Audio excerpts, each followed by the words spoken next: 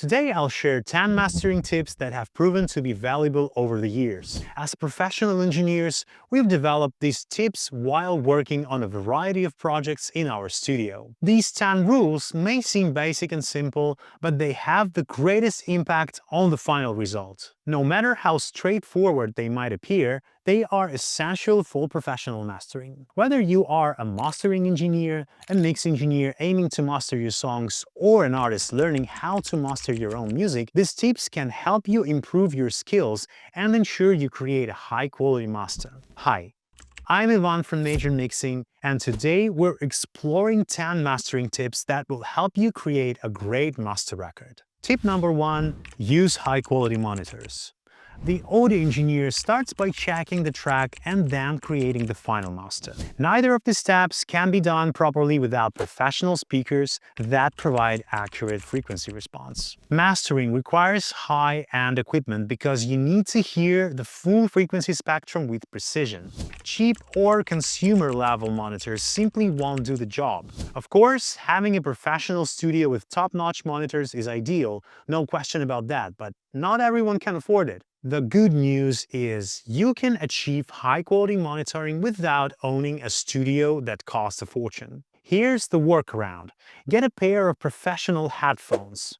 Think $400 or more. Use Sound ID reference by Sonarworks to calibrate them, so the frequency response is flat and you hear exactly what's in your mix. Then add Waves and X to simulate a proper studio environment. Together, these three tools can give you a reliable monitoring setup. It's not the same as a fully equipped pro studio, but it'll get the job done. Or another way is to rent a professional studio for an hour, listen to your mix, take notes, and tweak it later. Mastering requires top-notch monitoring, so prioritize it. Tip number 2. Always use a reference track. Some artists or producers might say, I want a unique sound, so I don't need references. That's a mistake. It's wonderful that you aim for something unique and want to create a track that really stands out, but mastering is all about standardization. You're making your mix meet industry standards, and that's where reference tracks come in. They're essential. You'll probably need more than one reference track. Compare your mix to these tracks throughout your mastering process. A good reference track should check these boxes. It's a top chart song, released in the last couple of years, and matches the genre and vibe you're aiming for. Stick with your reference tracks and keep checking your work against them. Don't get your ears too comfortable with your mix. It's easy to lose perspective. Instead, keep your ears tuned to those top industry tracks and they'll guide you to a professional result. Next is an important tip for your music. Get professional consulting to check your work. If you're new to mastering and handle it yourself without involving a mastering engineer, consider getting a professional to review your results. You can do this by ordering consulting from an experienced mastering engineer or a reputable mastering studio. Consulting costs less than the full mastering, but it's incredibly valuable. It guarantees that your music is ready for release and aligns with the industry's quality standards. Or if there are issues, the experienced engineer can point them out or guide you on how to improve your master. That feedback alone could be a game changer. Releasing a song with mix or mastering mistakes can kill its chances of success, so getting that second opinion is worth it. If you found these mastering video tips helpful, don't forget to like this video and subscribe. Your support keeps us motivated to share insights with passionate musicians like you. For those looking to elevate their tracks, our studio offers professional mixing and mastering services, ensuring your songs are ready for streaming platforms. Let's work together to bring your music to its best. So, now back to our main topic. Tip number 3. Research the industry. To make your track match modern industry standards, first you need to know how the industry sounds right now because it's constantly changing. Here's what I do as a mix and mastering engineer. Every 6 months or so, I grab the top 20 to 30 songs from the Billboard Top 100. I analyze their frequency response, RMS, LUFS, peak levels, and dynamic range, and chart these parameters out.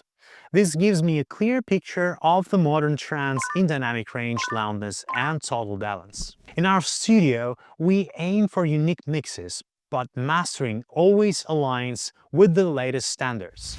We stick to modern trends while ensuring the track's loudness and dynamics meet industry benchmarks. Before diving into mastering plugins, do your homework. Take tracks from the Billboard or Spotify Top 100 and measure the parameters: LUFS, RMS, dynamic range, and frequency response. Create a chart if it helps. You can even average out the values to get clear targets for your mastering process. The best mastering engineers do this research at least twice a year. In mastering, nothing is random. Every plugin you add should serve a purpose. This applies to mixing as well, but it's especially critical in mastering. Tip number 4. Return to mixing to correct the mistakes. If you find a mixing mistake, don't try to fix it on the master bus. Always go back to the mix and address the flaws there. This way, you avoid causing unnecessary damage to your track by over-processing it during mastering. For example, maybe your track isn't as bright as your reference, or it's quieter than it should be. In most cases, about 90%, based on my experience as an engineer, the issues come down to mixing. If you notice problems, head back to the mix to sort them out. If you're not the one mixing, provide clear feedback to your mix engineer on what needs improvement. Don't be afraid to work with your mix engineer to fix mistakes. Communication is key to getting the best results. Take this example. If the snare sounds off, you can't fix it on the master bus without messing with everything else. You need the project file, the multi-track, to address most issues properly. So, analyze the mix first and fix everything before mastering. It's the foundation for a great final product. Once all the mixing mistakes are corrected, you're ready to actually start mastering. You figured out the parameters your song needs to have to meet industry standards. Now take a step back, give your ears a rest, then listen to your track with a fresh perspective and analyze it. Begin by measuring the loudness levels and frequency response of your song. Compare these to the industry standards you have determined and your reference tracks. This will show you what needs improvement during mastering. Now it's time to get to work on the mastering bus and start adding plugins. We'll start with an equalizer. Tip number 5. Equalization. Let's talk about EQ.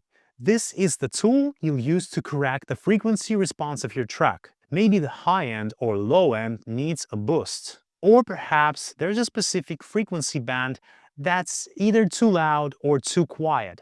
Sometimes a small frequency band can be out of balance because of flaws in the monitoring the mix engineer used. So here's what you do. First, get yourself a top-notch, high-quality EQ plugin. Don't skimp on this. Your EQ is doing critical work. Next, keep it subtle. Mastering isn't the place for dramatic EQ moves. No complicated EQ curves. Your adjustments should be gentle with wide bands. Stick to a maximum of 4 bands. One for the low end, one for the high end, and maybe a couple for fine-tuning or corrections. These adjustments should be light. I'm talking 1 to 2 dB at most. No crazy steep EQ curves. Remember, the goal is to enhance the mix, not to reinvent it. Tip number 6.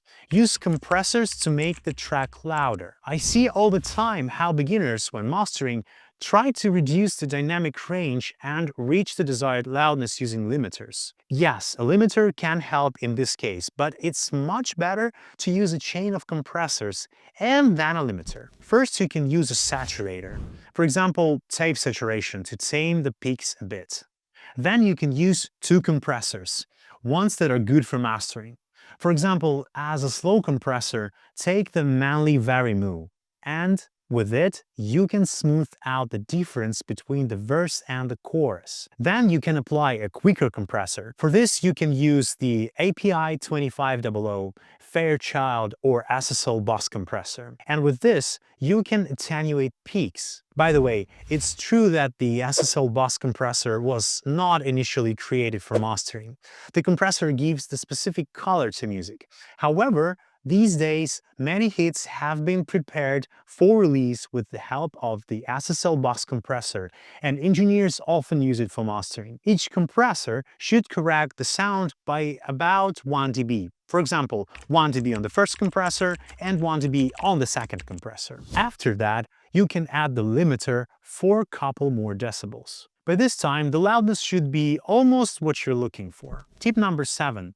Use deharsher plugins. Deharsher is a very important tool for mastering. Every mastering engineer uses either Sooth 2, DSAC, or Gullfoss plugins. Don't forget about them. Definitely use them, but do it carefully. Too much gain reduction will cause distortion that sounds a bit like flanger, and you don't want that.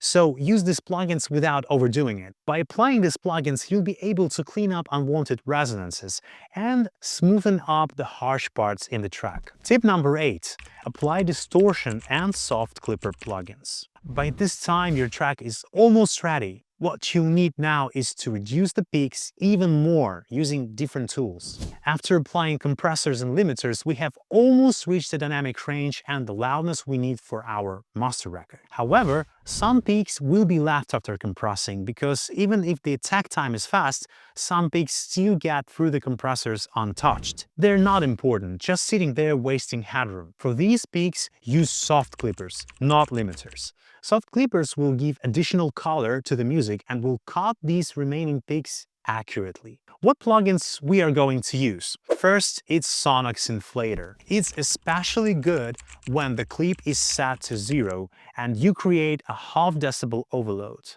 Another great plugin is LVC Audio Clip Shifter. As with compressors, this task too is better solved using several plugins that will little by little tame the remaining peaks until they all are within the normal range. For example, you can apply LVC Audio Clip Shifter, then Sonox Inflator 2 times back to back, and so on. After you're done with this, you're almost at your final master. Tip number 9.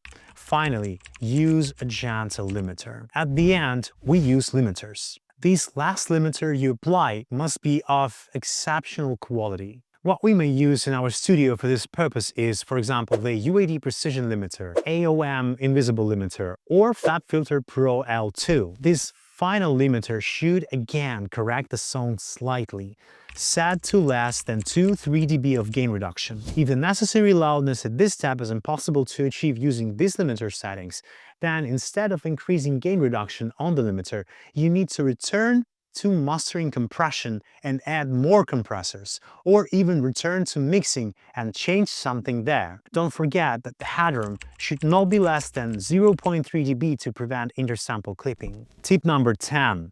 Check all the parameters of the master you created. After the mastering is done, we check all the parameters again, including loudness, dynamic range, peaks, and frequency response, everything. We often use 2 or 3 different meters to measure one parameter. This is because they use slightly different algorithms and their results differ. So in this case, getting the average value is quite useful. All the parameters of the master record now should resemble what we intended in the beginning.